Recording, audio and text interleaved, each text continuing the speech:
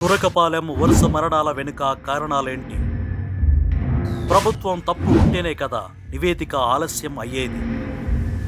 ఏ తప్పు చేయకపోతే వెంటనే రిపోర్టు వచ్చేదేగా. అందుకేనా నిజాలు దాస్తున్నది?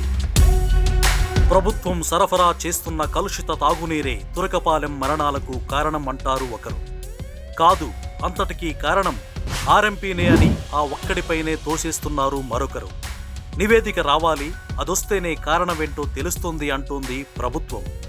గుంటూరు రూరల్ మండలం తురకపాలెంలో వరుస మరణాలు వెనక కారణం మాత్రం ఇప్పటి వరకు కనుక్కోలేదు. ఇప్పటి వరకైతే రాష్ట్ర కేంద్ర వైద్య అధికారులు శాంపిల్స్ తీసుకుని వెళ్లిపోయారు. రిపోర్టు రావాల్సి ఉంది.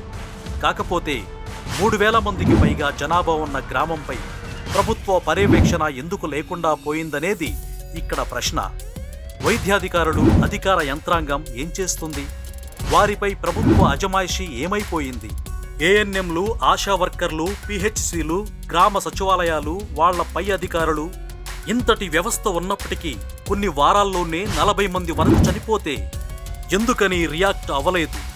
అనారోగ్యంతో ఆసుపత్రులకు వెళ్తున్న వారు శవాలుగా బయటకు వస్తుంటే ఆ మాత్రం పట్టింపు ఎందుకు లేకుండా పోయింది?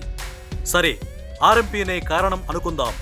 కలుషితమైన సలైన్లు ఎక్కిస్తూ హైడోస్ యాంటీబయోటిక్స్ ఇస్తుంటే పర్యవేక్షణ ఏది?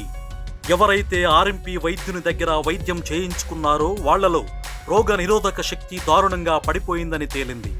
ఏ చిన్న వైరస్ సోకినా ప్రాణం పోయేంత పరిస్థితి ఏర్పడింది. పైగా ఊర్లో దాదాపు జబ్బులేని మనిషి లేడు.